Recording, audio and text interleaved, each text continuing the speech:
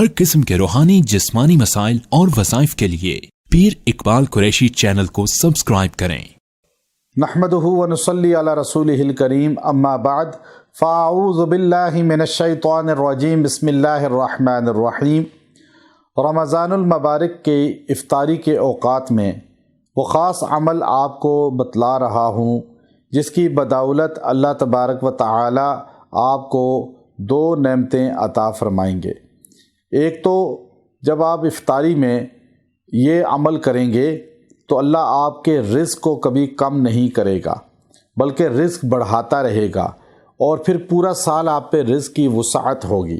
یہ عمل اللہ رب العزت کے قرآن کا ہے، اور اللہ رب العزت انسان کا رازق ہے، اور اللہ نے خود فرمایا کہ تمہارا رزق جو ہے وہ اللہ نے آسمان سے اتارا ہے، اور آسمان سے اترتا اتنا رزق ہے جتنے اعمال انسان کے زمین سے جاتے ہیں۔ اگر اعمال بہترین جائیں گے تو رزق بہترین آرام سے اترے گا، ورنہ مشقت اٹھانی پڑے گی۔ تو انسان افطاری کے اوقات میں اگر یہ عمل کر لے تو اللہ تعالیٰ اس سے پورا سال رزق کی تنگی نہیں کرے گا، مال کی تنگی نہیں کرے گا، کاروبار کی تنگی نہیں کرے گا۔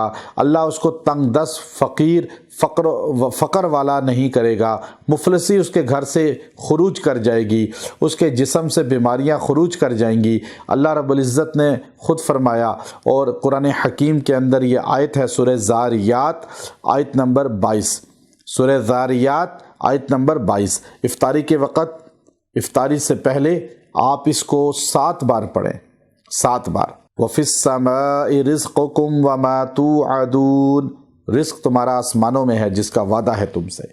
تو آپ یہ 7 بار پڑھ کے آسمان کی طرف یوں دیکھیں، چاہے کمرے میں بیٹھے ہوں اوپر دیکھیں، اور اس کے بعد افطاری کی دعا کر لیں۔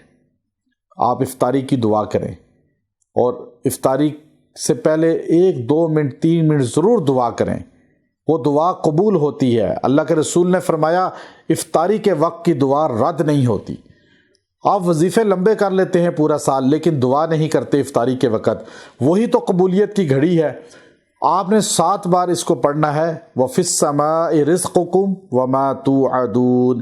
تو جب آپ یہ پڑھیں گے اس کے بعد دعا کر لیں، چاہے 2 منٹ 1 منٹ 3 منٹ 10 منٹ، جتنی لمبی دعا آپ کی اتنی مرادیں پوری۔ تو آپ یہ دعا کریں، پھر پورا سال رزق آپ پہ کثرت سے ملے گا، آپ کے رزق کی وسعت ہوگی، رزق کم نہیں ہوگا۔ اللہ تعالیٰ آپ کی دعاؤں میں تاثیر پیدا کر دے گا، اور اپنی ہر دعا میں ہمیں بھی یاد رکھیں۔ وآخر دعوانا ان الحمد للہ رب العالمین۔